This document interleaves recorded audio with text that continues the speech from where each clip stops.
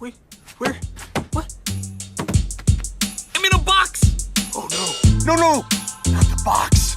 This is the Escape the Zoo podcast.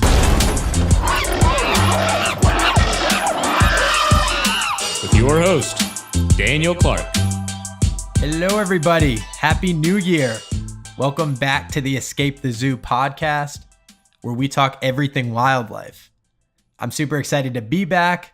Took a few weeks off at the end of 2018. 2019 is going to be amazing. I am super excited. We are launching a podcast every single Monday morning. So be sure to subscribe and get your weekly dose of wildlife conversations. I wanted to start this off by talking about a piece of content that I watched over the break featuring Sean Heinrichs, who's a friend of the podcast. He's been on the podcast, and he is in the new season of Tales by Light on Netflix, talking about how he uses images and video to help protect and preserve and support the world's oceans. And it's a phenomenal, phenomenal show, so I could not recommend it enough. Again, Sean Heinrichs on Tales of Light Season 3. We're starting off 2019 in a big way with Pulitzer Prize-winning photographer Ken Geiger, who also served nearly 12 years with NatGeo Magazine as Deputy Director of Photography.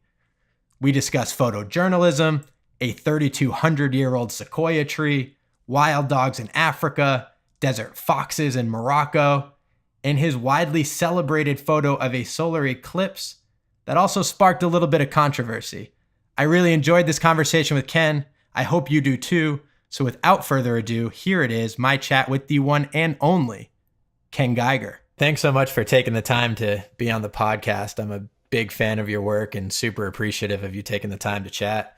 My pleasure. Just so you know how excited and dedicated I was to making this conversation happen, I was actually just out in Death Valley National Park for New Year's Eve. And we had been going back and forth over email, I think, for, a couple months now, trying to find a time. And you had mentioned that it was really either the second or probably not for another few weeks. So I woke up at 5 a.m. and drove 5 hours to make sure I could get back in LA in time to have the chat. So I think I would have postponed that. That sounds like Death Valley would have been a lot more fun than talking to me. Have you been to Death Valley before? Not since I was a kid. It's a crazy place. It was super cool. We walked around a little bit yesterday, and the difference in landscape is crazy. I mean, there's the kind of scorched earth salt deposits that stretch as far as you can see, and they call them, I think, the artist mountains, where the rock colors are almost psychedelic in color. There's blues and reds and purples. And then you can go even further, and there's sand dunes that look like you're in the Sahara Desert. It's crazy. In like 30 minutes, you see these vastly different landscapes. Yeah, you definitely made the wrong call. Where are you headed tomorrow? I'm off to Kenya tomorrow to do a little work for a safari lodge close to the Masai Mara, and then Dubai to edit a book on underwater photography. Oh, that's awesome. How long of a trip is it? I'll be gone for about 3 weeks. I'm jealous. Yeah, no, it's fun. Africa's an awesome place. So I wanted to get in a little bit about your background. Obviously, the Escape the Zoo podcast, we typically are chatting about wildlife and nature and conservation, but I think I'd be doing a huge disservice to your career to kind of jump in and talk specifically about wildlife, with your background ranging from geopolitics to Civil War to the Olympics, etc. So I usually try and avoid a very linear conversation about your background and who you are and where you're from, but I think it would help to provide a lot of context into the overall conversation. So can you talk a little bit about what got you into photography and your journey up until National Geographic? Okay, let's see if I can do this real quick. When I was 13, my parents moved our family to Singapore, and so I basically grew up there from 13 to 18. And every year we would literally go around the world, because Singapore's halfway around the world from the West Coast, and why come back to the West Coast? Let's go through Africa or Nepal or Italy or Spain or wherever on the way back home in the summertime. So every year we go around the world. I was seeing all these amazing things. I was living in, a relatively exotic location, and to pick up a camera as a hobby was kind of a natural thing. High school yearbook, stuff like that. But I never thought of it as a profession. I kind of got into photography as an accident. Someone mentioned photography school for college, and I said, oh, gee whiz. So I went to school at RET, Rochester Institute of Technology, almost quit a couple times, got a degree in photojournalism, got my first job at the Austin American-Statesman in Austin, Texas, and started out as a newspaper photographer. Then I moved to Dallas a couple of years later.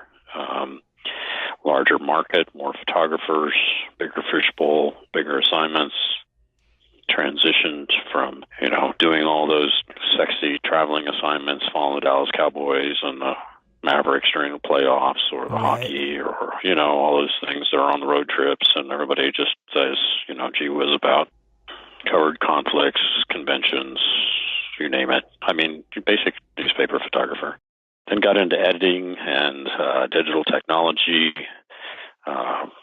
newsroom management, stop shooting and making sure other people can get into the field and make pictures and stuff. And the Dallas Morning News was a heck of a staff in the 90s. I mean, we had 50 people. Oh, wow. By the time I went from a shooter to the director of photography there, I had 30 photographers working for me and 10 picture editors and the pre-press department. Wow. And, $4.5 million budget.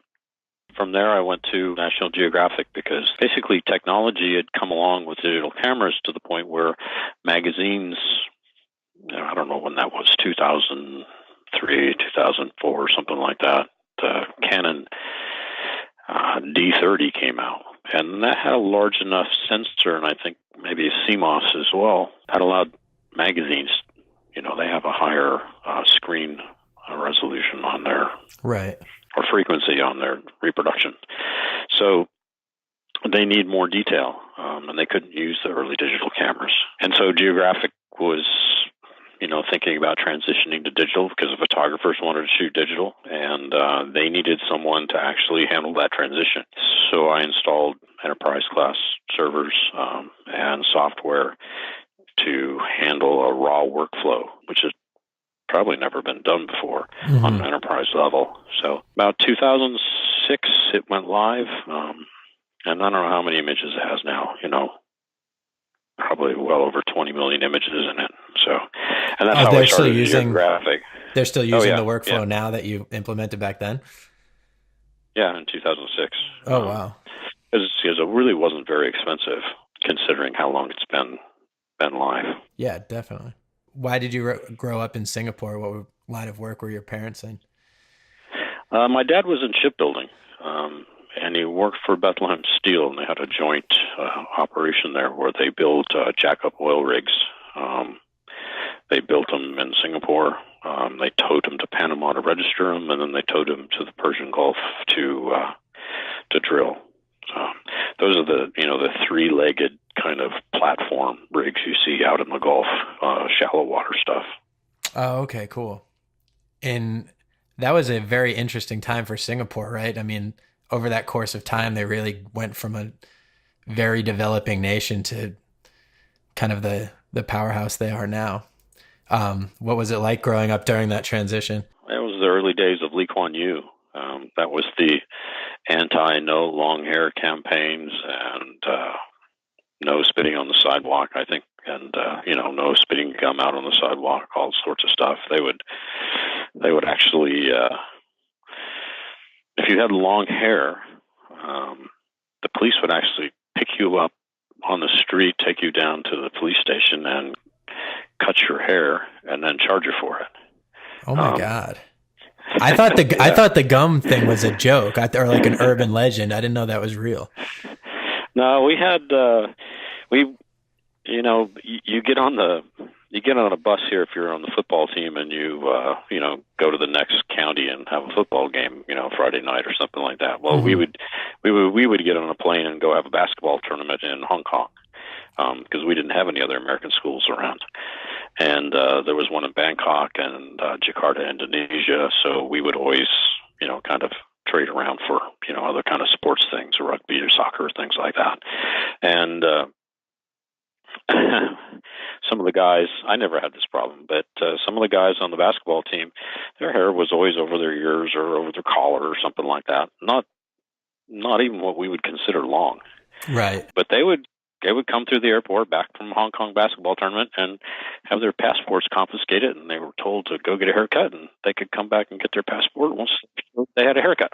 Oh my God. Sounds like my Catholic high school I grew up in, and we had a new administration come in my senior year. And all of a sudden, if you had any hair that was remotely past your ears, they would send you the principal. But my retort was always that Jesus had long hair. How come I can't? And they didn't seem to think that was an appropriate answer. Yeah. I actually just watched the documentary. This is kind of an aside. Have you heard of Shirkers? No, I haven't. It's this crazy documentary about this girl who grew up in the early 1990s in Singapore and filmed this indie documentary when she was 16 or 17 years old, but like full, like large production crew, etc. And it was supposed to be one of the most cutting edge film projects to ever come out of Singapore. And her financier and kind of their lead director on the film was this guy who taught her film class in high school. And he was of an age that was kind of undeterminable, and nobody really knew where he was from. It's just weird story, but long story short, they shot this film that everybody was super excited about coming on to the Singapore film scene. And then all of a sudden, the guy who was the lead director and financier just disappeared with all the film, all the sound, and like went unheard from for 10 to 15 years. And it's this crazy story. They were talking about when they did recover the footage, how vastly different Singapore looked when they shot it versus kind of where it is now. But, yeah, I'm sure I wouldn't even recognize it if I went back. Yeah. Anyways, not to go too far down a path there. At the Dallas Morning News, that's where you won the Pulitzer Prize. Can you talk a little bit about that? Was that something that, that's like the dream for any photographer? Yeah, it was for coverage of the Barcelona Olympics. Actually, the Olympics were in the summer of '92. The Pulitzer's awarded in '93, so it's a ways time after. But It was for a portfolio of 20 images, because that's what you can enter. I mean, if you had a killer one picture and you want to enter in the Pulitzers, you could enter with, you could win with one photograph.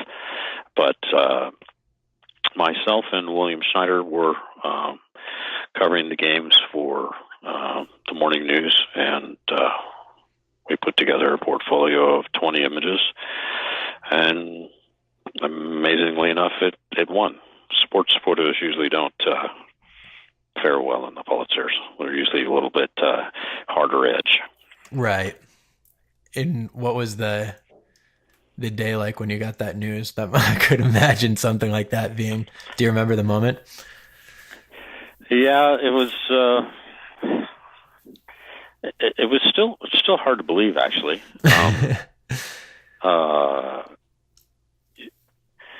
It seems newspaper publishers, because there's always leaks from the contest, things like that. I don't know if it's still like that, but newspaper publishers are on the board of the Pulitzers and stuff. So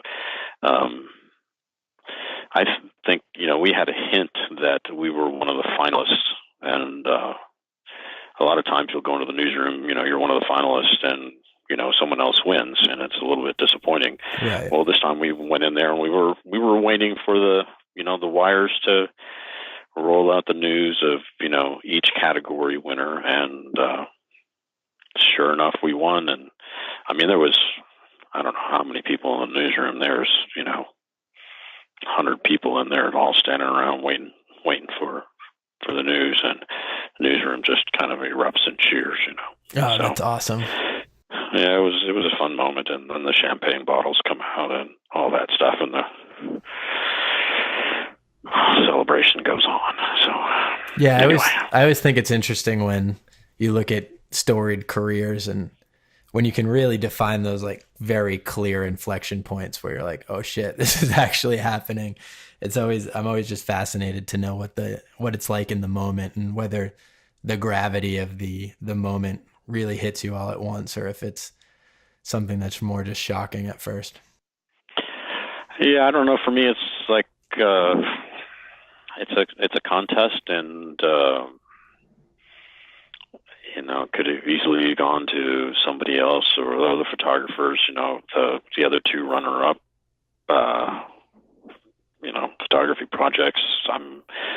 I'm sure, in one judge's eye might have been better than what we did, but somehow it managed to win. And you count your blessings and you go on to the next project. You can't.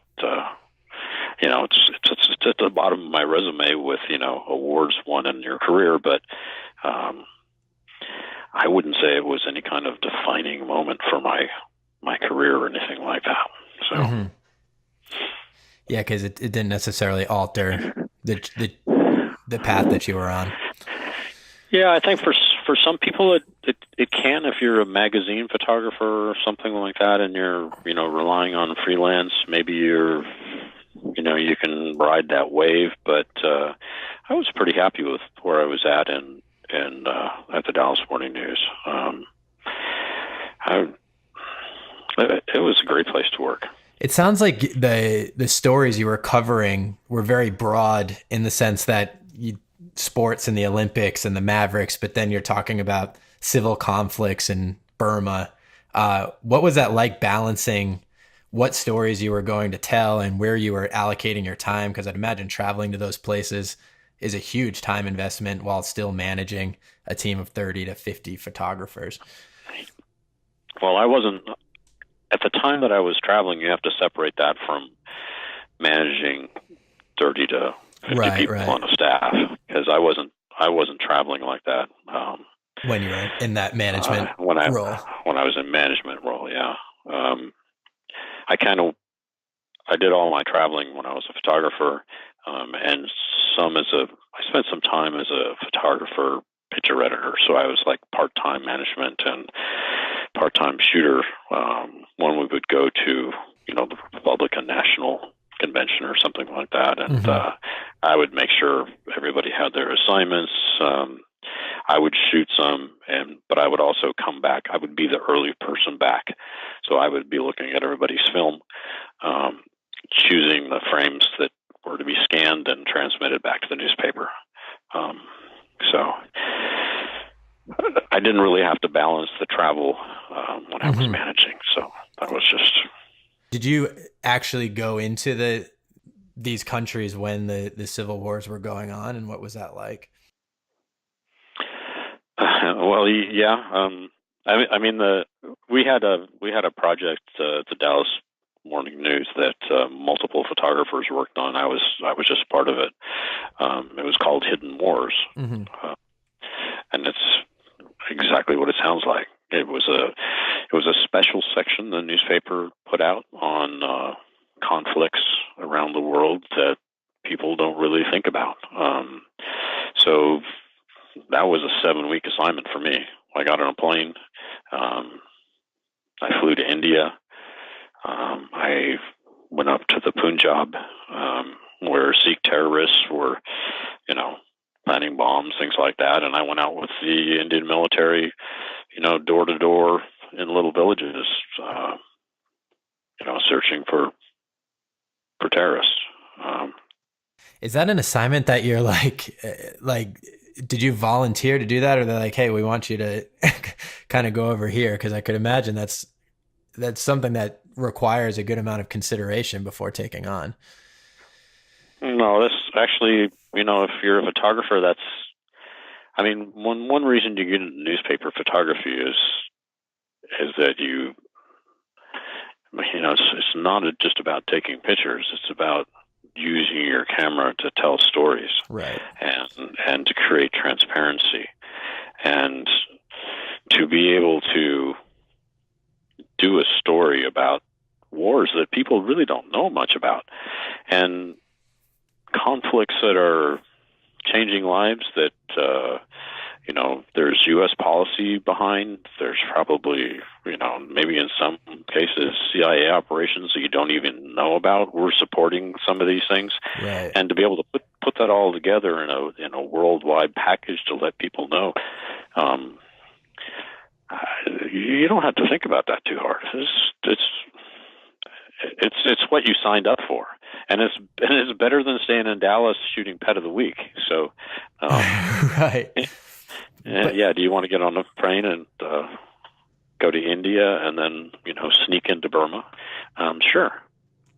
I didn't have to think hard at all. Really, because it is. I mean, I get not shooting Pet of the Week, but at the end of the day, it is also, you can tell transparent stories that matter, that aren't putting your life at risk as well. Yeah, but I don't know. It comes with the I guess territory. I didn't. It comes with the territory, and I guess you think you're bulletproof because you have a camera. Probably not. I never really thought like that. I always, it's situational awareness is pretty important. Mm-hmm. I know how to take care of myself. I've done a pretty good job so far. Not dead yet. I've always managed to, not get shot. So. Yeah, well, I mean, I think photographers in general are a different breed to a certain sense. I mean, a lot of the genesis of this podcast was the only thing I ever followed on Instagram were wildlife photographers in general. And I was always like, how the hell are they getting that close to a grizzly bear or a narwhal or any dangerous animal that you could think of? And through talking to folks, I think I'm still amazed by asking, like, what's the scariest moment? Swimming with crocodiles, like facing down a grizzly bear, and the sense of fear and feeling, I guess, afraid in the moment is something that I think photographers in general are a little more numb than your average person. Yeah. I don't know. I saw a video the other day of Paul Nicklin, and I was like, how are his photos always so much closer of the bear than anybody else that he photographed? And he's literally like, I don't know if it was his wife or something was filming him taking photographs, and he's sitting on the ground like 3 feet from a big grizzly bear. And I was like, it's a different breed. Yeah, I edited a story of his for National Geographic on spirit bears. They're actually the black bears that are white because they've got a recessive gene. And that story, I'm looking through his film, sitting in an office in D.C., and, he sends on a hard drive. I'm looking at all these frames, and I'm going, what is he doing? he's following this bear up this creek that's looking for salmon, and he's literally walking behind it, and and he's shooting it with like a 24-70. It's crazy, but this bear was so interested in salmon, it didn't care about Paul, and he followed that thing for I don't know how long. I mean, I should have looked at the time he started shooting and time afterwards, but he made some amazing images. This bear totally comfortable laying in this green, lush, fern-lined little meadow, trees popping up everywhere, and it's just laying there. It looks like a white Labrador retriever eating a salmon. It's just totally relaxed. Truly amazing. Yeah, I mean that's knowing your subject matter, and being able to read body language and knowing when you're going to get in trouble and when you're not. Yeah, and he's pushing the boundaries. Yeah, he's special when it comes to that regard because, I mean, he gets in it. He's in the heart of the pack of sea lions, or he's 3 feet from the spirit bear. And I mean, at least from my own perspective, like, he's putting himself in a situation I don't want to be in, although I'm incredibly envious of it at the same time. No, there's no way I could do that either. It's a pretty special thing. How did they sneak you into Burma? There's the war in Burma has been going on for a long time, and probably still is. There are a number of ethnic minorities that have basically states along the Thai-Burma border. And anytime you're going to go into a situation like that, especially crossing the border, you want to hook up with someone that actually knows what they're doing. You can't do that as a tourist. It's impossible, especially going through 3-tier rainforest and trying to get to a river and then cross a monsoon swollen river that's looks like the Mississippi. Every one of these ethnic minorities has representation outside of their own countries, so they can solicit funds, help, do PR work, things like that. So basically, we contacted someone from the Karen, and they actually, through conversations back and forth before we even left, agreed to give us a local guide so that we could get in with the Karen and the Kachin rebels, get into their camps, see their training, and see what kind of conditions they were living in. Hooked up with aid workers. Cerebral malaria is a really, really huge problem on the border. So we could get into the clinics and the kampongs and stuff that were helping people, fight malaria, stuff like that. So you basically just have to do your homework. It's like understanding how lions are going to react. Right. It's like if you don't do your homework and know a little bit about animal behavior, you're not going to get the same images or even come close as a professional wildlife photographer. If you're talking about Paul Nicklin, he understands what those animals are going to do. Right. I always thought it was kind of that right place, right time. And if you hang around a certain area for long enough, you might catch something special. And I could not have been more off on that. It seems like everybody I've spoken to that's gotten some type of specific animal behavior that creates a wildlife shot that you've never seen before was specifically looking to get that shot in one form or another, and just understands it better than any layperson going in there and just kind of crossing their fingers and hoping for the best. Yeah, I mean, if you don't do your homework, you can rely on being, a one-shot wonder. That's what I call them. Being in the right place at the right time. That's great. I mean, there's such amazing photography equipment available that anybody can do that. You can go on vacation and take the world's most amazing photo just because you happen to be standing there. And there's other people that work on it. And, got to harken back to Paul's coverage of, the spirit bears. He went for weeks and weeks and weeks, literally, on National Geographic's dime, waiting for the salmon run, waiting to find bears. And, he had a local guide working with him, taking him around, finding the locations and coming up empty day after day after day after day to the point where he was getting so nervous his time was running out. I think he had a 4-week chunk of time to work on that story, and he didn't have one picture that was publishable. Right. Not up until the end of the story. Oh, wow. And it's like literally in the last few days, the bears show up. Not only is he looking for bears, he's looking for one of the rarest bears in the world. Right. A white-black bear.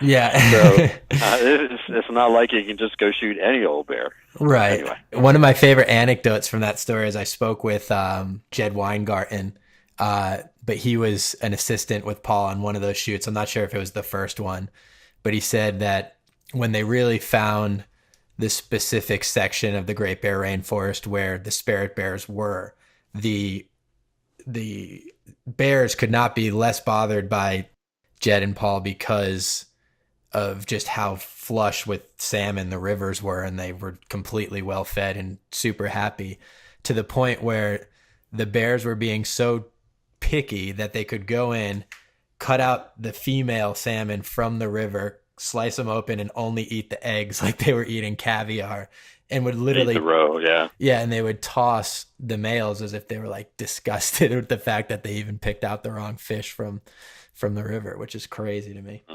Mm-hmm. Transitioning from the Dallas Morning News to National Geographic, now also getting into something I can talk a little bit more intelligently about when we get into wildlife. You mentioned that it was a lot of the coming to digital, and the magazine obviously lends itself to digital imagery a little bit, or just it had a little bit more pressing of a desire to get towards digital photography than the paper because of the resolution, et cetera. Was there also partially sorry, go ahead. Well, it's also money. When you think about the amount of money that National Geographic spends on a story, Mm-hmm. And you send a photographer to Antarctica or,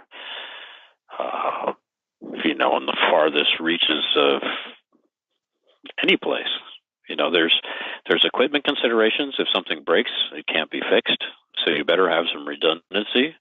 If you underexpose a frame by a stop and a half and you're shooting ectochrome, what happens? Well, it's tough. If you overexpose, it's even worse. You've Mm-hmm. blown out all the highlights. Now, you think about, sending Paul or anybody out into the field for 4 or 6 weeks at a time.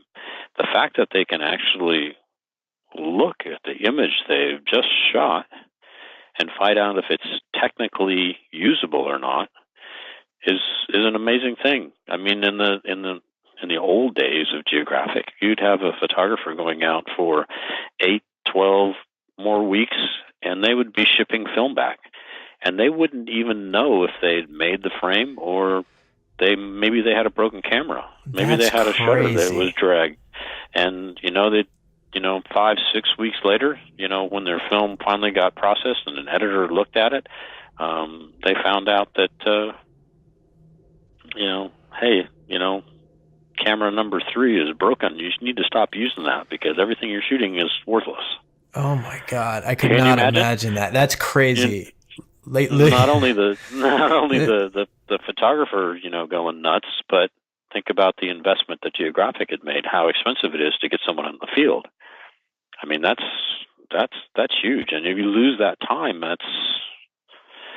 so digital's been a good thing. I never thought of it that way. That's an insane Yeah. thought. I couldn't imagine making a 12-week trip out to Antarctica, or like swimming underwater and taking photos of whales and then getting back and being like, oh shit, I underexposed or overexposed everything, or that camera was broken. or you got a bad shutter or something like that, and half the frame isn't showing because the shutter's dragging. Oh, it's like cringeworthy. I'm thinking of like the very few times that I've accidentally not backed up a digital file and deleted it, and it was like cringeworthy. I couldn't imagine. And that's something I invested a few hours into. If I invested weeks in thousands upon thousands of dollars, that's a crazy thought. Yeah, no, tens and hundreds of thousands of dollars sometimes. Right. Yeah, I mean, I one of the first stories I worked on with Paul was his leopard seal story, and the boat to take him down there to shoot the pictures was $60,000. Oh my God. Yeah. Yeah, that's not So- so money. Yeah, that's not chump change. Was that digital, or was that was that film? No, that was digital. But imagine having technical problems, and you have to get across all that water to Antarctica, and you're on your own. Either it works or it doesn't.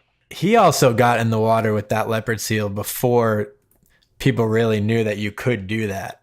You know what I mean? Like, that's what I find fascinating too about his work, not just to make this the Paul story, but to get into that ocean now, you're like, oh, okay, like people have been in the water with leopard seals. They're not necessarily going to attack you. But back in the day, if I was going to Antarctica and just seeing them pick off penguin after penguin, I don't think I would want to get in that water and see if he was going to pick me off too. Well, he also had a good friend and guide, Gorham Elam, if I'm pronouncing his name correctly, who had been in the water with leopard seals before. So he'd done his research, and he had a kind of a backup plan in his back pocket. He was apprehensive about getting in the water with a 12-foot, how many 1,000-pound animal, but Right. it had been done before, but I don't think it had ever been photographed that well before. So Yeah. I was stunned. I was pretty new to Geographic at the time, and I'd been used to working in a big office at a newspaper. Everybody shares, maybe overshares, things. Because it's a open workspace. Geographics kind of at that time was a lot different. Everybody had their own office, very quiet place to work. And I got Paul's leopard seals images, and I immediately sent them to I got a couple of them. The one that was used as the lead in the story. And it was like the most amazing wildlife photo I had ever seen. I printed 11 by 14 on the color printer, and I was walking around the hallway. You see this thing? I was like showing people and stuff like that, and they were looking at me like I was a weirdo because I was getting excited about, some kind of wildlife photography. I was like you're supposed to be more subdued about that. You're a National Geographic editor. I said, no. No, this is exciting. This is exciting. I'm hanging these on my wall.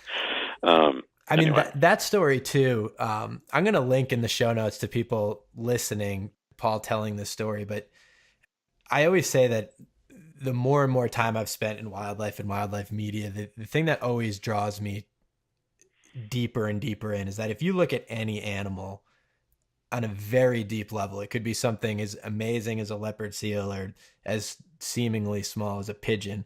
If you actually get involved in their day-to-day life and how they live and how they interact with the world and their families, etc., every single species on Earth has a life that's meaningful and impactful and worth living a lot more than I think we give them credit for. And the leopard seal story was amazing to me in the sense that if this leopard seal sees a guy who's swimming underwater, it's the first time, or likely one of very few times, that leopard seal species has ever seen something like that in the ocean, like a man swimming around. And its instinct is not to ignore it. Its instinct is not just to continue doing its normal day, but to kill penguins and try and help feed this alien being in the ocean. To me, it's just it just shows how sentient and thinking creatures can be. But I remember hearing that and was just deeply inspired by the fact of how important it is to protect lives and understand that stuff is valued and important. But that's just my rant. I'm right there with you. So when you went to National Geographic, was the genesis really, okay, I want to help bring National Geographic into this digital age, or were you drawn to the stories that National Geographic was telling more so than the Dallas Morning News? No, my primary mission, the reason they hired me, they hired me as senior editor for technology. I was charged with creating an environment and infrastructure where the photographers, the freelance photographers, and soon-to-be digital film review could operate in an entirely digital space. Mm-hmm. And within a year, they went from 95% film to 80% digital and 20% film. And that took a year. That transition happened really fast. Once we had the infrastructure in place to handle all the digital files that were coming in. It's interesting to me how you grew up in Singapore, you're learning how to use photography. It was super exciting and almost surprising to you to find out that you could use photography as a career. Is there something strange about the more and more success you have in your field, like, was there almost part of you that didn't want to be successful in the sense that you were moving from being on the ground, taking these photographs to moving into more of the systems organizing and the managing of the teams? Or is that something that you found more exciting? I mean, anything new is always exciting. I mean, it's just like technology, it's like the latest drones, they're exciting. Yeah, I just got a Mavic Air for Christmas. Yeah, no, I was playing with one over Christmas too. It's an amazing device. And I think maybe I just have a short attention span. I mean, photography is something that's always been my anchor, but I've always, once I do one thing for a while, that lasts for a couple of years, then I'm on to something else. So it's not, I'm not looking to change careers. There's just always something out there that's a new challenge. It's like, shooting a different assignment on different subject matter. Each of those assignments is a challenge. Right. You have to learn something new. And whether it's digital technology or workflows or helping other photographers or picture editors with problems, solve visual problems. There's always something new out there to latch onto, to grow, to make life interesting. Yeah. Have you noticed, I guess you see like one huge industry shift from film to digital. And now I almost think that there's been this second shift from digital to the incredible democratization of this technology, right? Like before, to be able to take photographs that a National Geographic photographer would take, you'd be talking about tens of thousands of dollars in equipment. Whereas now, not only is travel less expensive, but you can get a drone and fly a drone for $800, and you can get a good digital camera for a few $100s. Has that changed the way that National Geographic is conducting the way that they're sourcing their photographs or their storytelling? My guess is because it's still photojournalism to a certain, or to the vast extent, that it hasn't changed very much, but I'd just be interested. Well, go back to what I said earlier, there's billions of photographs taken probably every day. And when you think about how many images were taken 20 years ago, they were all taken on film. And there wasn't, millions and billions of photographs taken every day, and there was no means to propagate those images all over the world. You didn't have a robust internet and web pages and things like that being built. And if you think about it, how many amazing photographs do you see, every day or every week? And compare that to the actual number of photographs that are actually being made by the millions of cell phones out there and digital cameras. They're really, if you think about it percentage-wise, it's like, I was reading a story today about someone winning the lottery. It's like 1 in 300 million odds of winning the lottery. Well, that's what making a good picture is. If you want to put the math to it, I'm really making a leap here, but sure, there's a lot of good images out there, but look at how many images are actually being made. So the number of good images are actually kind of a really small percentage of the total images that are being made now. Yeah. Versus the number of good images that you would see published in Newsweek and Time and National Geographic and the New York Times and everything like that, 20 or 25 years ago, there were a lot of good images, and they were shot by a few number of people. So the percentage of good images to actually frames made would be a heck of a lot higher. Right. I guess where I'm going to is that you can hold up the one-shot wonder images which are amazing to look at. I'm not putting them down in any way. But then you have to look at what a photojournalist does. They go out, they take a story, they actually have to illustrate the story. They have to come back with a set of images that's publishable. And then you get into magazine photography. Not only do you have to come back with a set of images that are publishable, but you have to have 2, 3, 4 good images from each of the subjects that you want to cover within that story.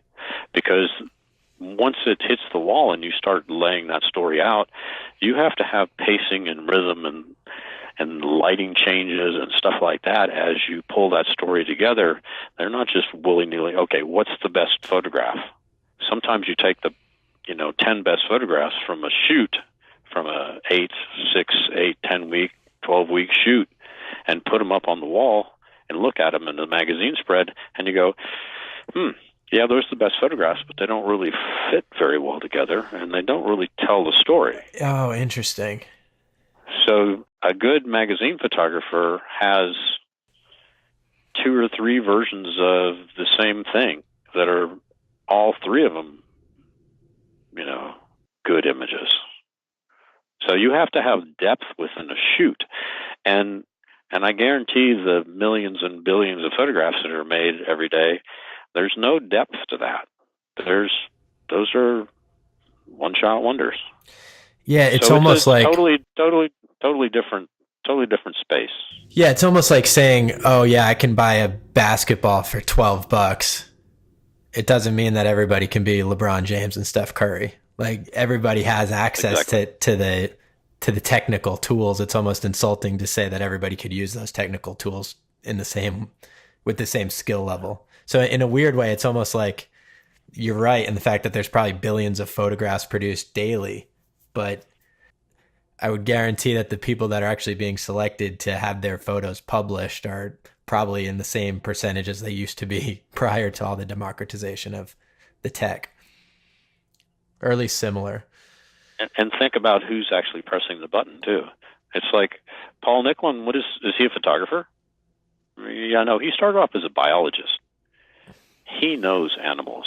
Mm-hmm. He had a reason to take his camera into the field and transition from writing numbers on a spreadsheet and recording weights and taking blood samples to actually making a difference in the environment and the space that he's in with his camera.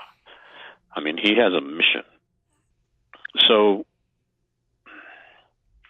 I think there's always going to be a space for the profession of photography and how it's applied and how it's published. To say that because there's so many images made now and the democratization of photography is so broad now, anybody can do it. That's totally different mindset.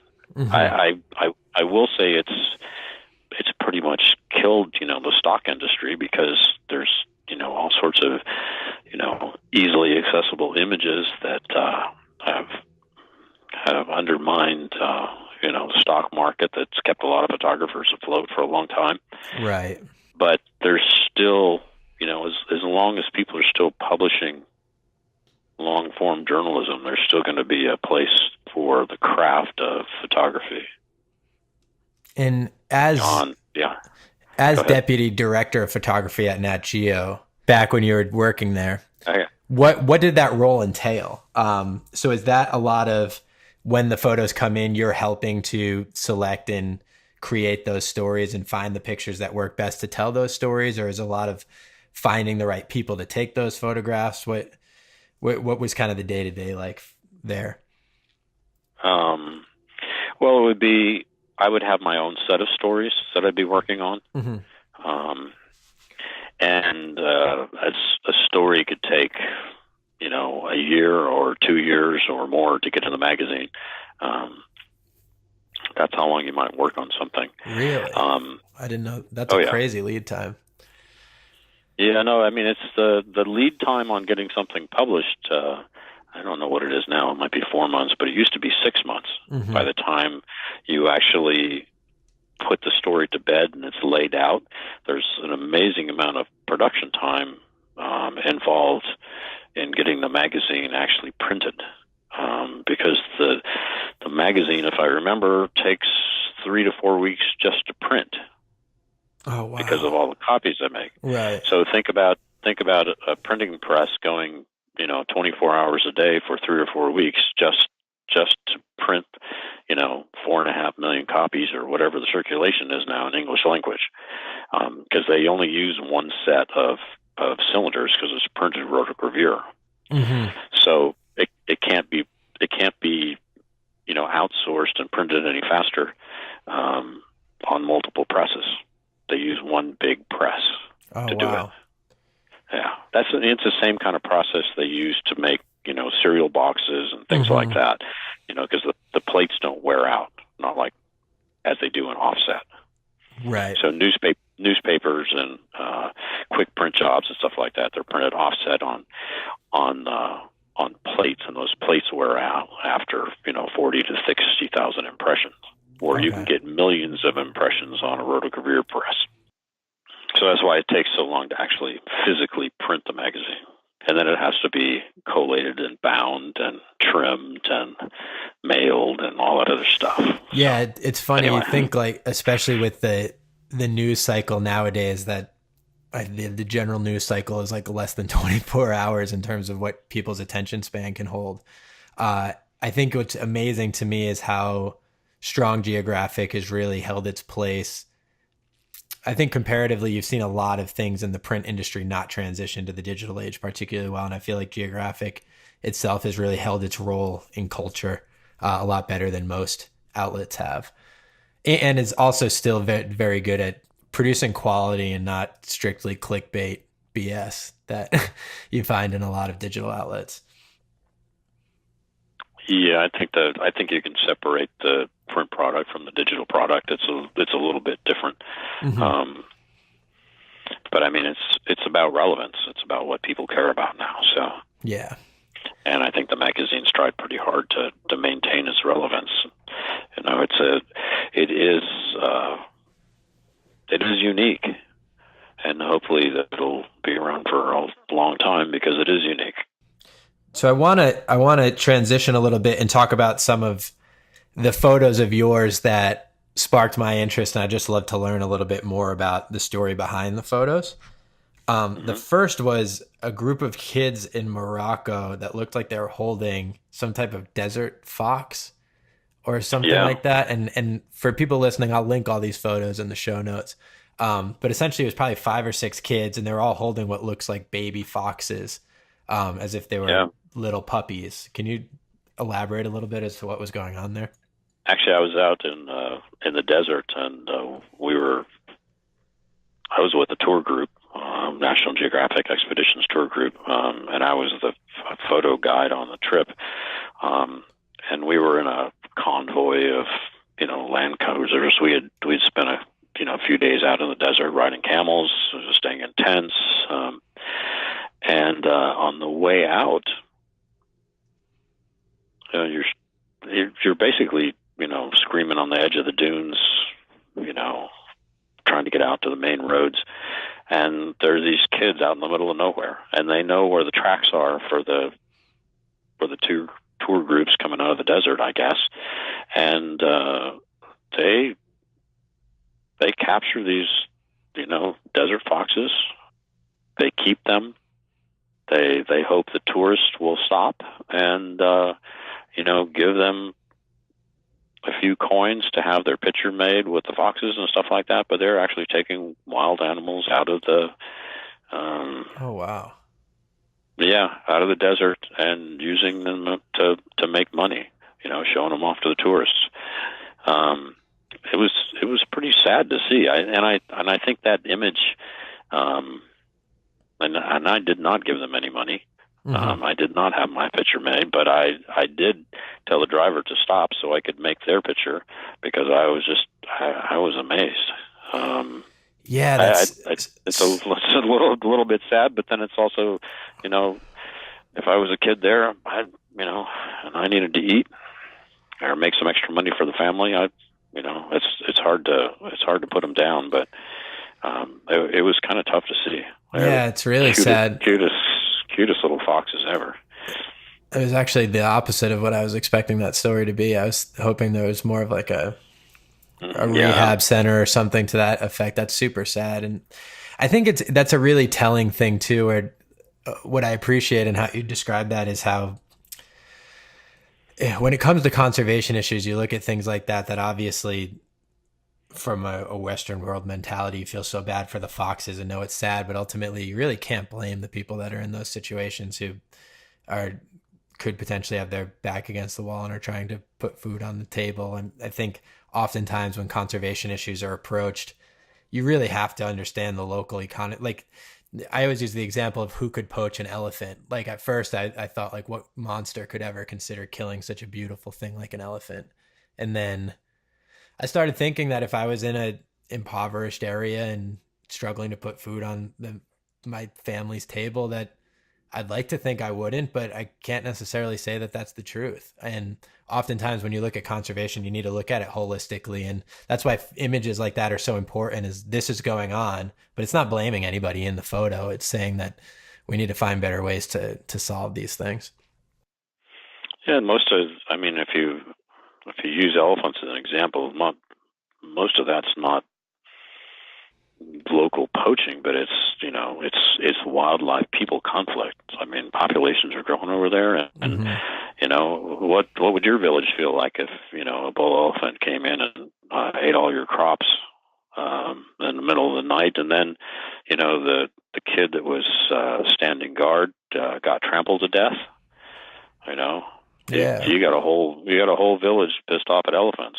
They're not carving them up to eat them. They're just carving them up to make sure that they put out the poison-laced watermelon, so the elephant eats it and dies and doesn't come back in and poach their crops. So that's a lot of what goes on with just local people with elephants in Africa. So yeah, and it's also from what I know, it's also just the appreciation. People tend to appreciate things that are in less proximity to them. I always use the example of if squirrels were as rare or localized to like Australia, like koalas are. And so many people would travel across the world to go to Australia and see a squirrel and be amazed. But because you see them every day in your backyard, you're just like, it's a squirrel. Who cares? Whereas like that's the mentality people in local communities have to elephants. They're not these rare, majestic creatures. They're the animal that's trampling on their crops that they see every day and could be potentially ruining their livelihood. So I don't know. Everything's just more interesting when you think about it on more of a grassroots level. There's always more to the story than just meets the eye. That's for sure. Were the foxes, did they seem domesticated? Is that something that you could, in a single generation, be able to capture a fox and have it seem pretty calm? I tell you, that happened.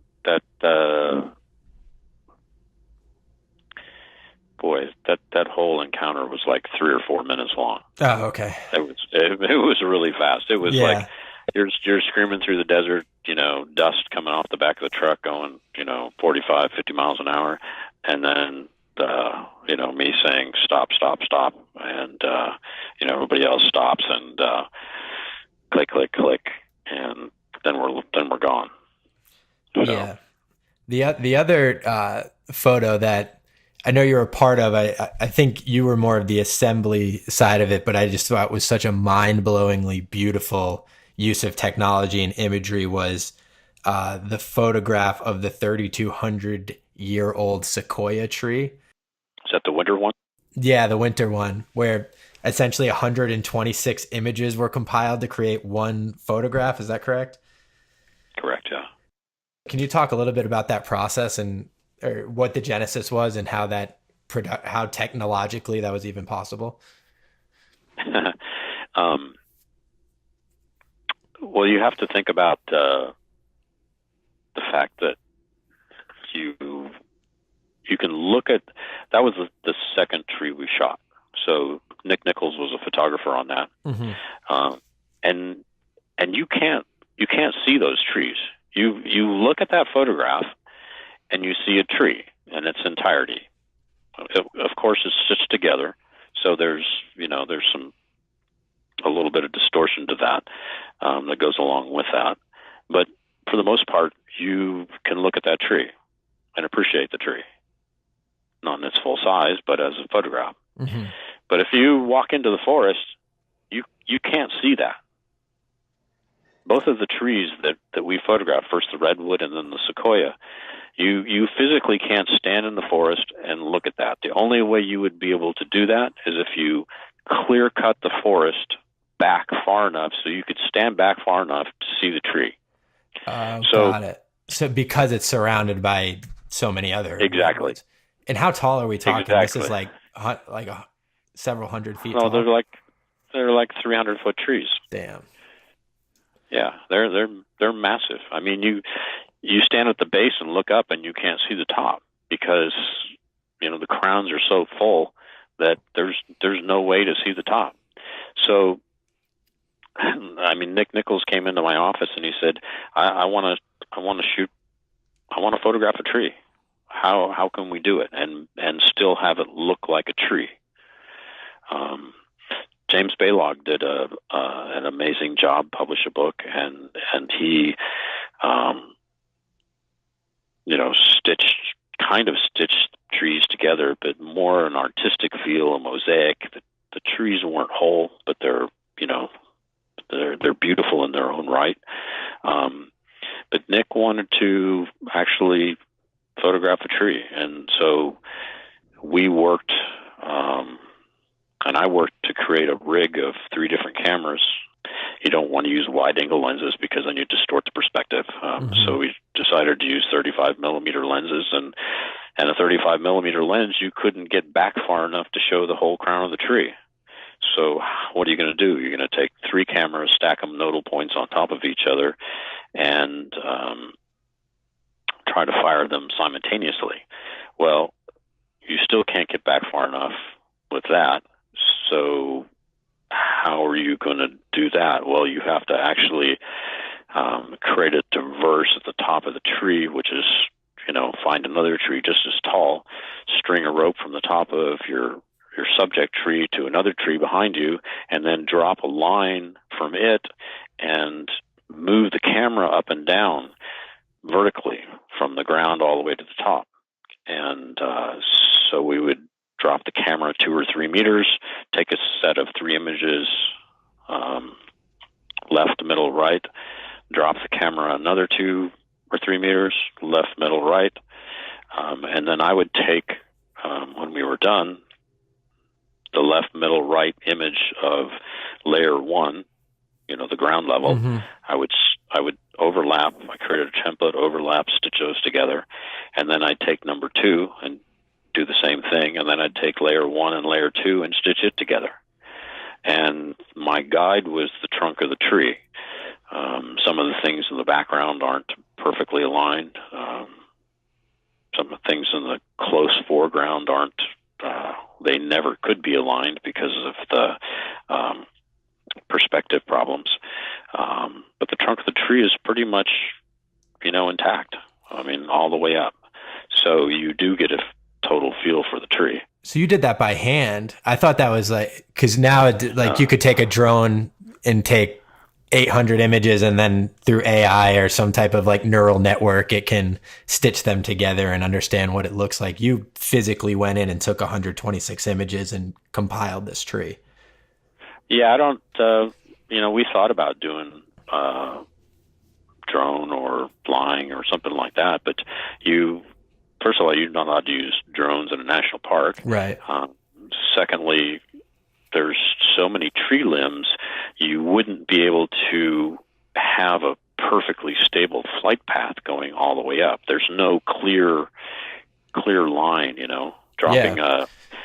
dropping a single rope versus going left, right, middle, and flying a zigzag path up a tree vertically through a tree canopy 300 feet in the air. Yeah, you're it's going to impossible. Yeah, I'm not sure about it. Possible. You could probably find a tree that you could do that, but the trees that we were photographing were also part of the science studies. They had been measured, so the scientists actually knew exactly the mass of those trees, the biodiversity living in them. They were part of a story. It wasn't just, okay, let's go photograph this tree because it looks cool. Mm-hmm. These were targeted trees. They were part of a story. So, well, I think what's beautiful about that too is it matters so much to me now that I know the full story. Even I saw it and was like, wow, that's a really cool image that I'd never seen anything like that before, but I never really understood why I hadn't seen anything like that before. And it's because it's impossible to take a photo like that. Every time you see the redwoods, it's like people shooting from the base of the tree up and trying to get as much as they can. Whereas really that's a perspective that physically does not exist in that forest. So you had to compile it. That's super cool. Yeah.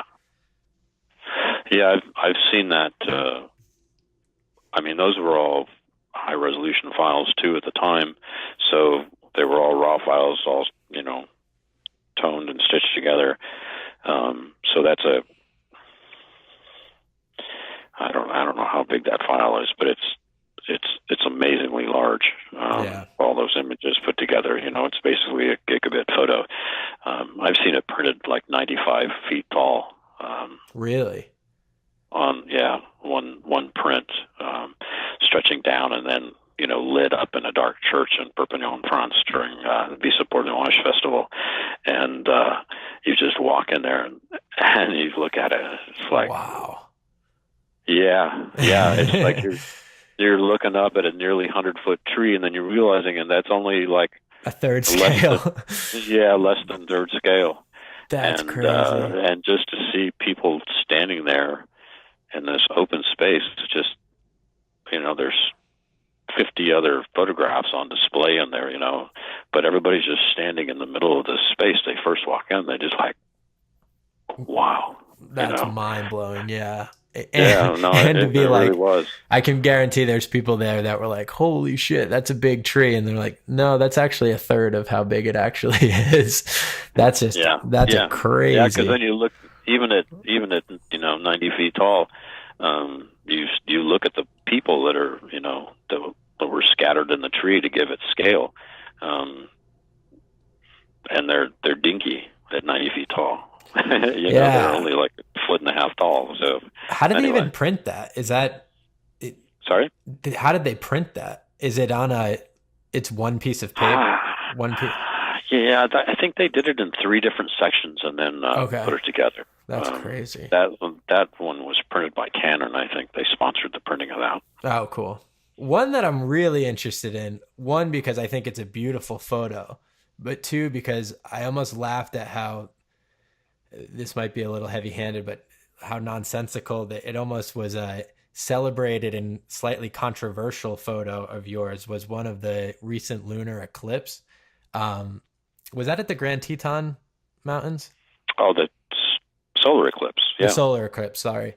Can you talk a little bit about one, again, I'll link it in the show notes, but how you even began to take that photo? Because essentially what it is was it a multiple exposure of the eclipse coming through different cycles? Because essentially there's 3 pieces or 5 pieces, right, total of the eclipse at different phases, and then put out over the, I'll let you explain it, but if you can explain it, and then we can talk a little bit about how, at least from my perspective, I thought it was insane that it was actually a controversy around the photo. But can you elaborate a little bit on that? Yeah, it's so I went to another friend's house in Jackson, Charlie Hamilton James. He's a National Geographic fellow photographer. Oh, yeah. He's amazing. He invited me up, so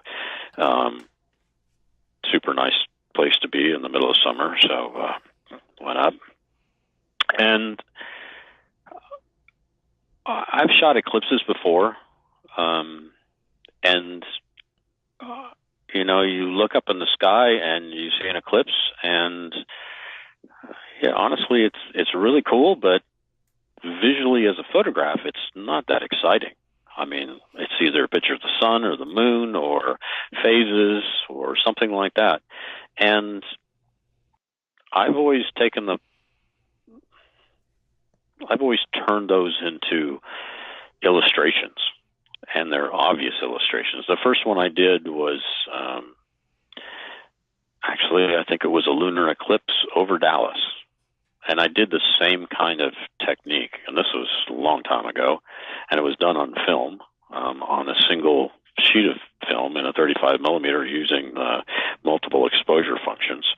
And basically, I took the viewfinder off the camera, and I put a piece of acetate over the focusing screen, and I drew on that piece of acetate with a orange China marker the position of the city, because I wanted Dallas in the skyline, on the bottom of the frame, and then I wanted the moon positioned in multiple phases across the sky in an arc, so it looked more interesting instead of a straight line. A lot of eclipses and you see are, diagonal through the line. There's straight line or something like that across this black sky.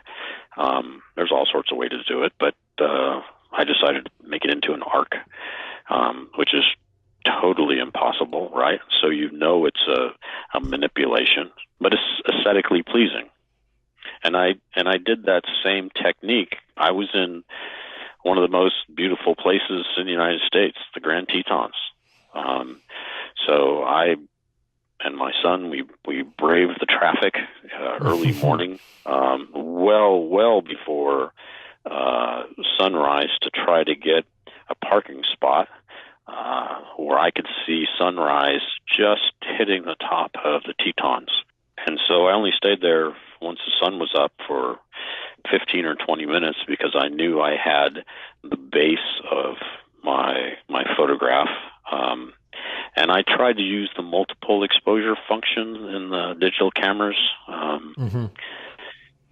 actually messed that up. So instead of it all being in one frame like I planned, it's actually in two frames.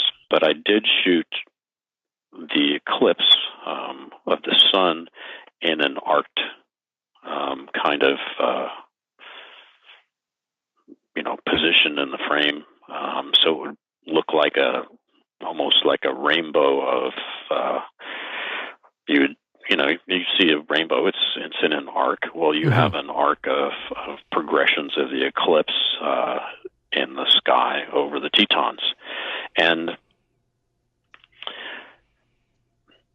the controversy arose on multiple levels because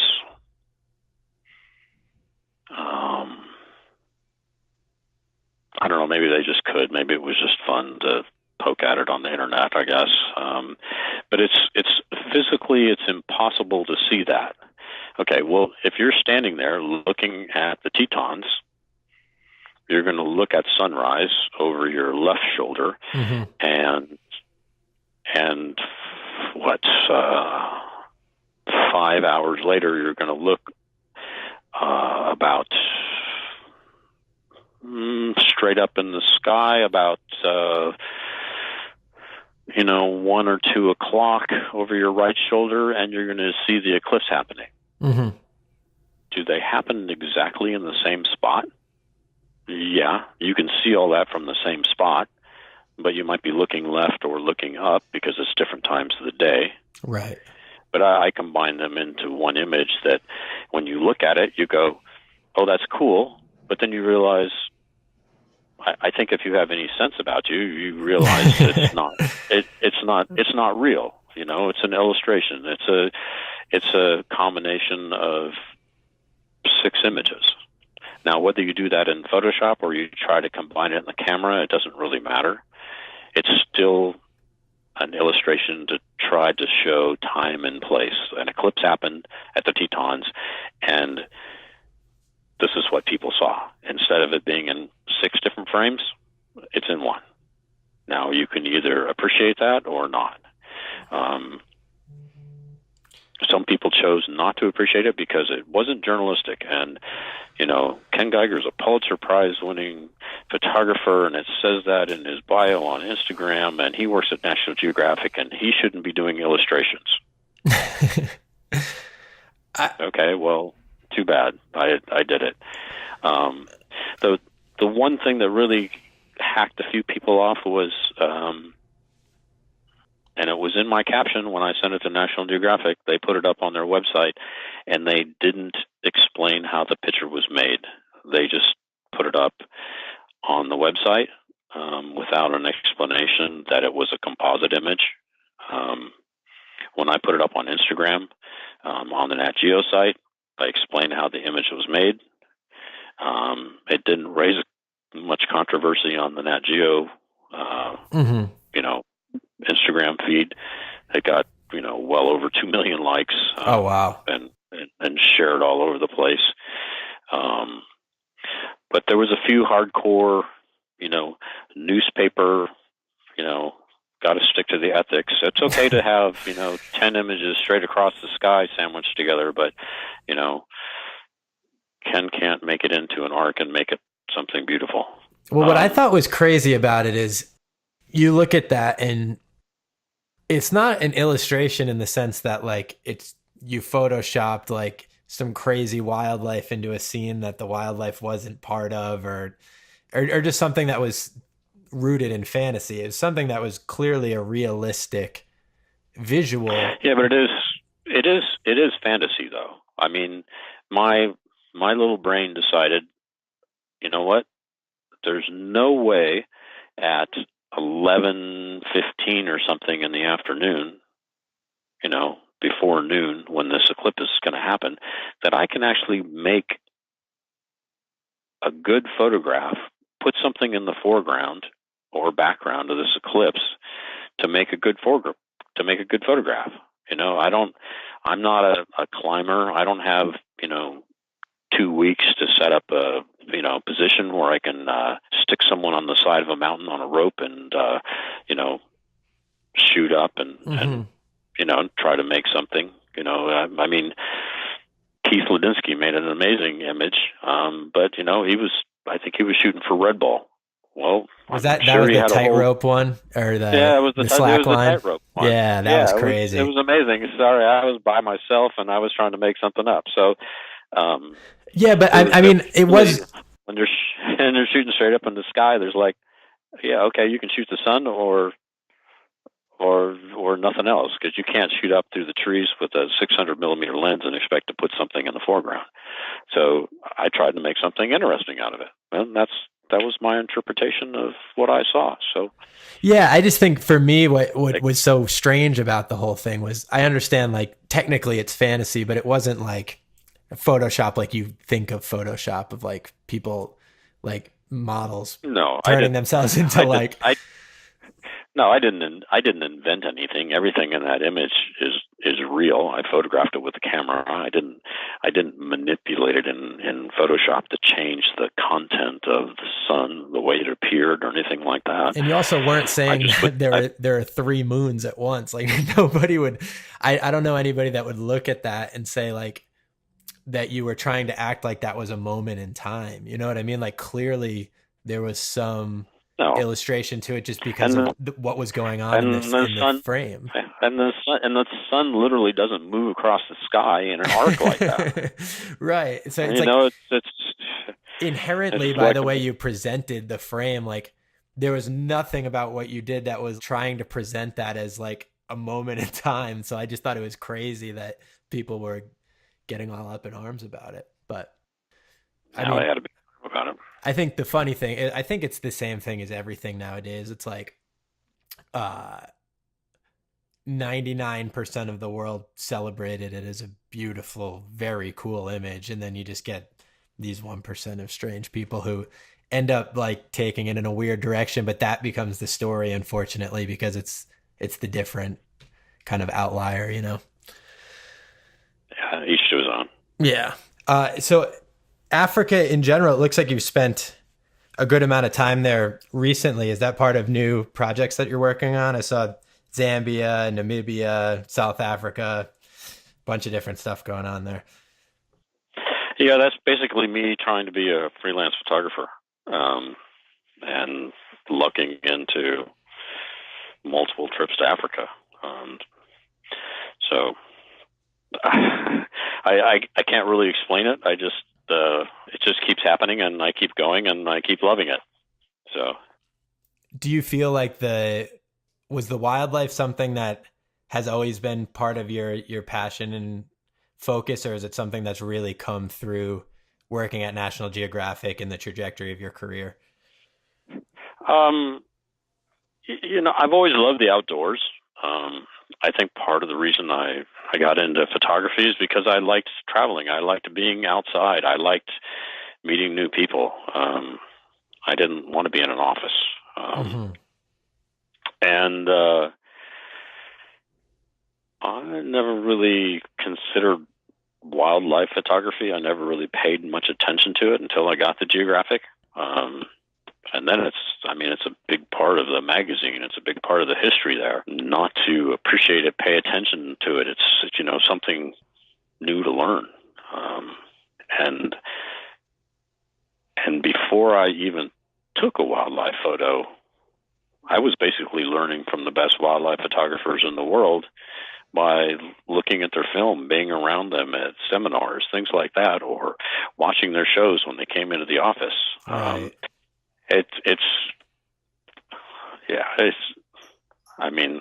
Talk about immersive learning. Yeah. Looking at every frame, every 60,000 images that Paul Nicklin shoots on an assignment, or, somebody else. I guess that with my sports background,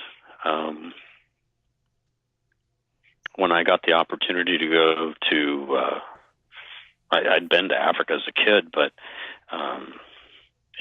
to go out on assignment with Nick Nichols for a week in Africa, to actually take pictures of him, but I'm taking pictures of animals too because I'm there. I'm going, yeah, I like this. Right. So it just kind of happened. I would not call myself a wildlife photographer. I don't do it seriously. I do it more as a tourist. But I don't like taking bad photographs. Yeah. So if I'm going to shoot it, if I'm going to photograph animals, I'm going to try to make good animal photographs, and the ones that are bad, no one ever sees. So, I'm more of a one-shot wonder animal photographer, as compared to a lot.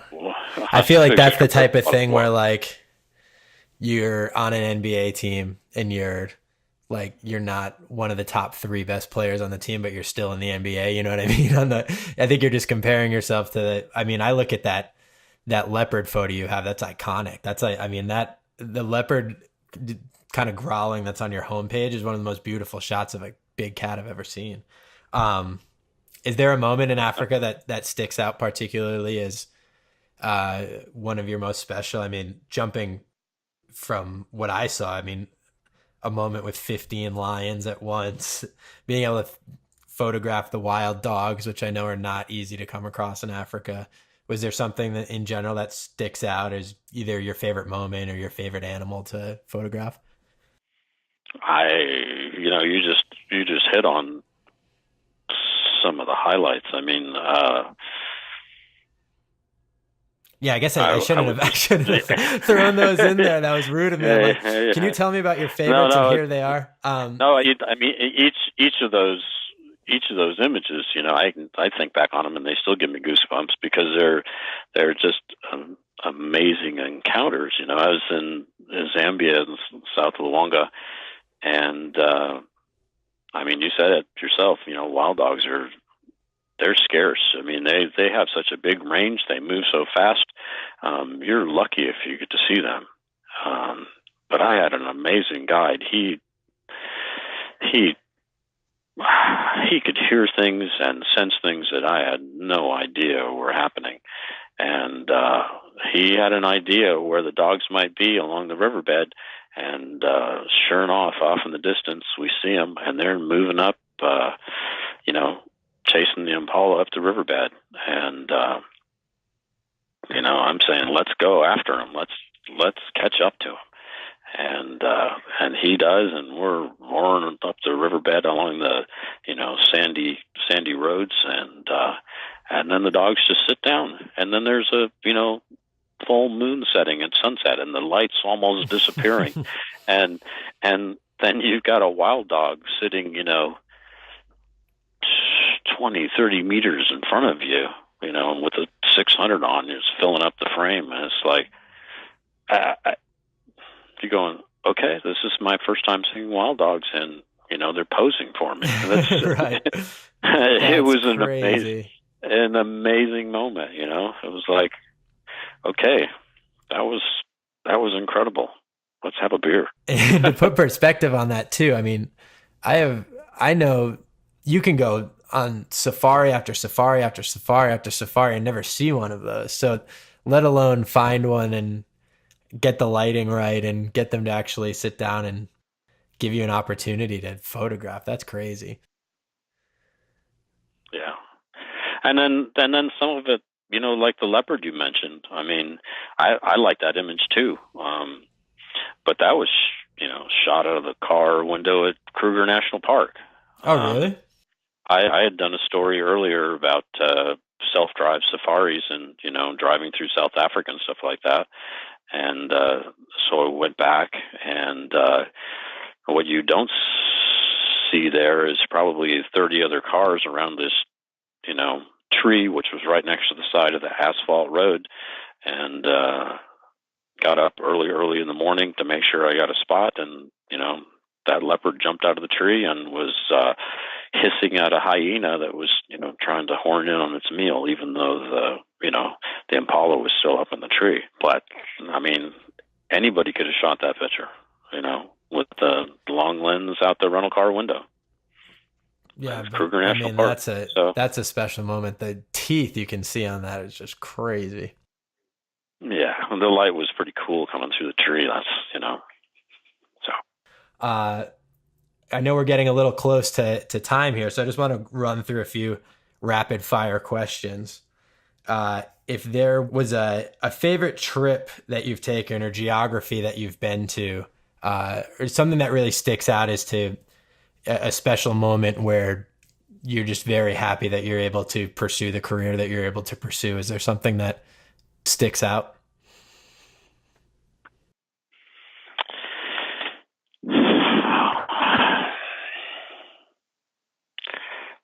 I've just done so many things in my career photographically. It's hard to like put your finger on one. I don't know. I just think I've count my blessings. I've been lucky so many times. Maybe you make your own luck, or maybe it just happens. I mean, there's someplace it ran in National Geographic Traveler. I think maybe it's one of the opening spreads or something like that. I was, I hadn't seen very many lions. I was leaving the park. It was the last day I was there.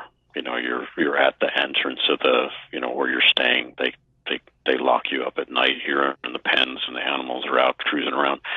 And so at sunrise, they opened the gate, and I'm one of the first people out, and I'm driving down the road, and you look down the middle of the road, and there's two male lions walking down the middle of the road, and you can't go past them because they've got the whole road.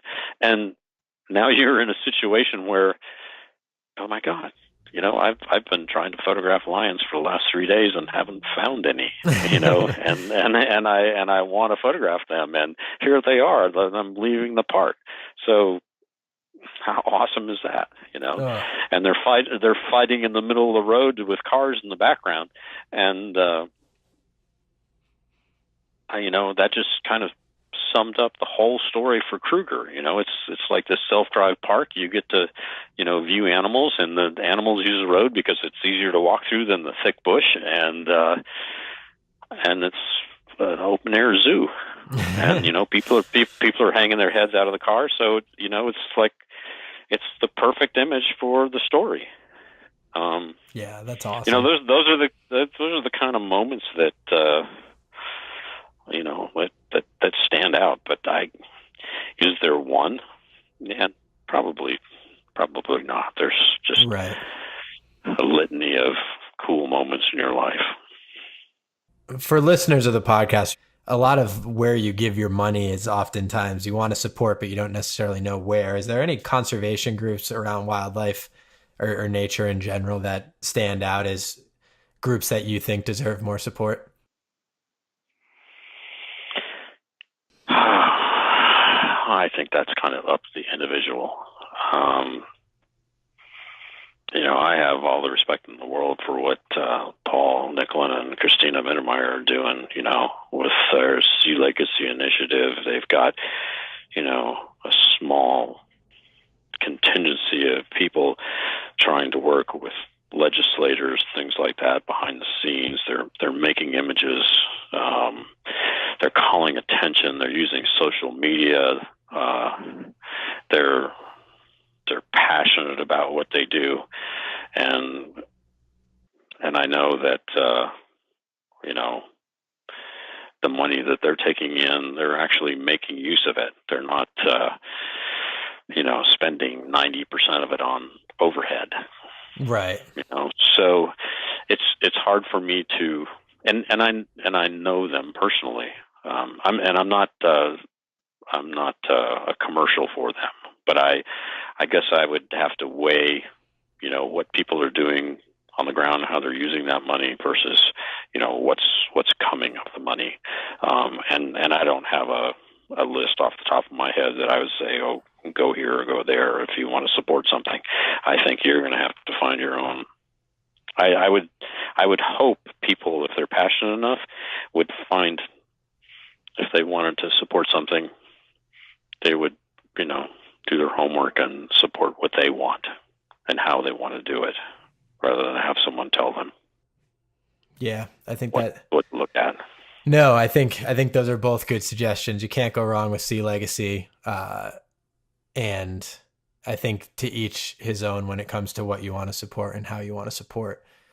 Whether that be through content creation and spreading the word about the terrible situations that can be going on in conservation, or the opposite of how amazing and wonderful creatures are. A lot of times creating that content is costly. And then there's the other side of it too, which are boots on the ground, people actually physically going in and helping to conserve species and buy up lands for conservation purposes. And there's just so many different ways that you can spend your money. So teach his own is a good way of thinking of it as well. Is there one story at NatGeo that over your tenure there really sticks out from a wildlife perspective as one that folks should read and check out? I know there's probably a ton, but if there's one specifically that jumps out.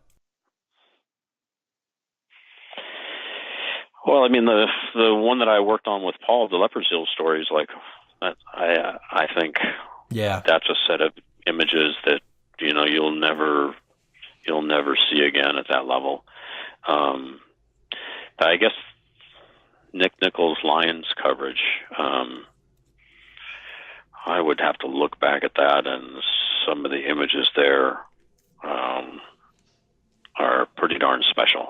They're images that I've never seen before that can probably never be reproduced. They're at the tail end of, geographic funding that's never going to happen again, just because the money's not there. They don't send photographers, and Nick was on staff at the time he did that story. Mm-hmm. And the difference there is, if you're on staff, you're getting a salary, and you're not a freelance photographer that they're having to pay a day rate. Right. So staff photographers had the luxury, even when the budgets were getting tight, of having more time in the field. And when you have more time in the field, boots on the ground, your chances of making amazing images go up, actually. I mean, it's just time. Right. You have to be there.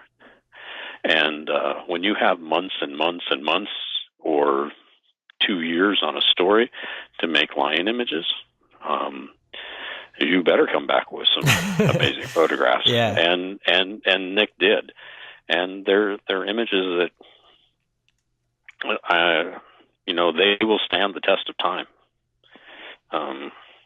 I think so. Yeah, well, I'll link that in the show notes for people who want to check that out. How about yourself? What can people look for, expect over the next few years? Do you have a lot of planned trips to Africa? Anything else particular of note that people should pay attention to and keep an eye out for? No. I'm basically fumbling through life right now. I don't know what I want to do. I'm toying with a lot of different things right now. I mean, the biggest thing I'm doing right now is I'm not really taking that many photographs. I'm mainly helping people with their projects. As an editor. I mean, we've talked a lot about Paul, but he's got a new book out, Born to Ice. Well, I went up to his place and spent 4 weeks with him looking through his archives, finding images that, he hadn't looked at because he hadn't looked at the shoots or may have missed to help edit and publish that book. So, and I've done that with some other people too, and that's what I'm going to be doing in Dubai. So the majority of my freelance time is actually as an editor still. So. I'm a little pissed off because I could not have dropped more hints to my family that I wanted Born to Ice for Christmas. And I didn't get it. I literally was just assuming I would get it because I probably mentioned it 100 times, but I'm not complaining. I guess I can get it on my own. And the last question. Amazon. Yes, Amazon. I'll hop on it, but I also kind of want to, I don't know if the special editions are sold out yet, but saving up for that one. The last question I always end on is if you could put a billboard up on the side of a major highway that disseminated one message in 10 words or less, what would that be?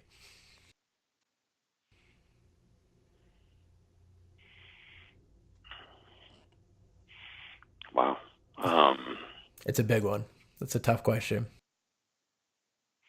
I guess I don't think it's a tough question. I don't know how to phrase it except to just say, I would try to compel people to care about the planet. Beyond just, every creature that's on this planet or on this planet too. And, one thing that I learned in math class when I was just a kid, and I don't know, might have been high school or something like that. The first time you learn about sets, you have open sets, you have closed sets.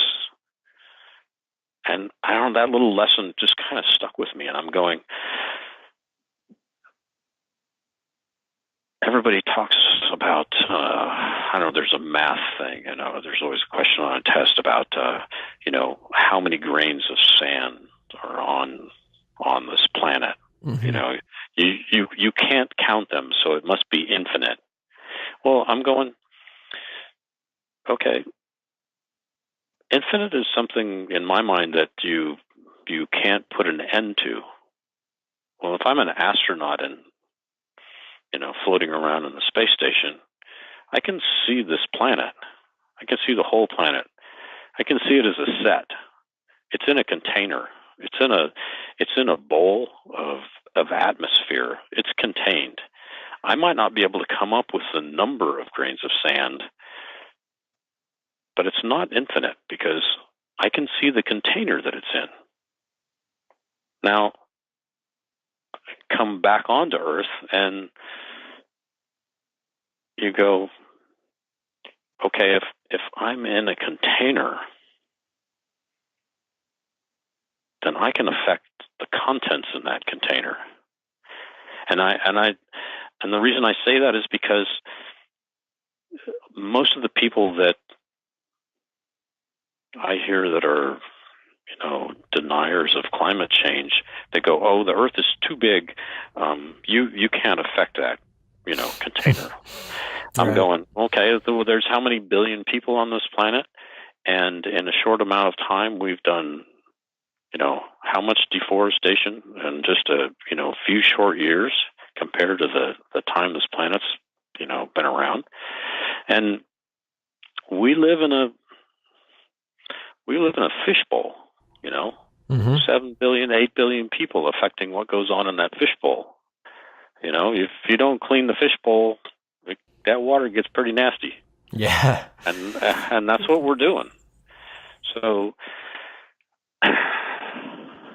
I guess that would be my biggest, if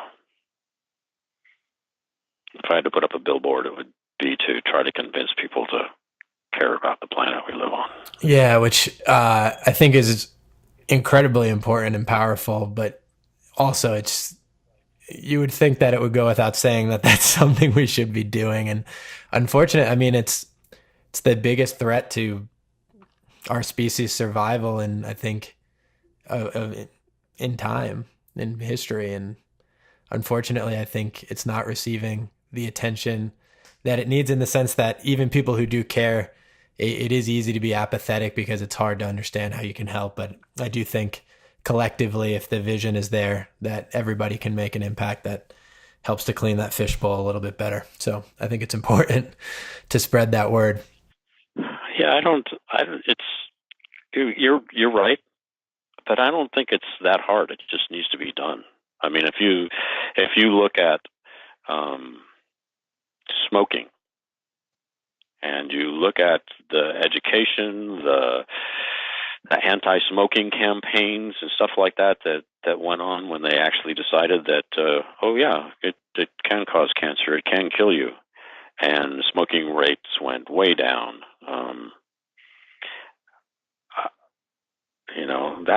That was mass media. Yeah.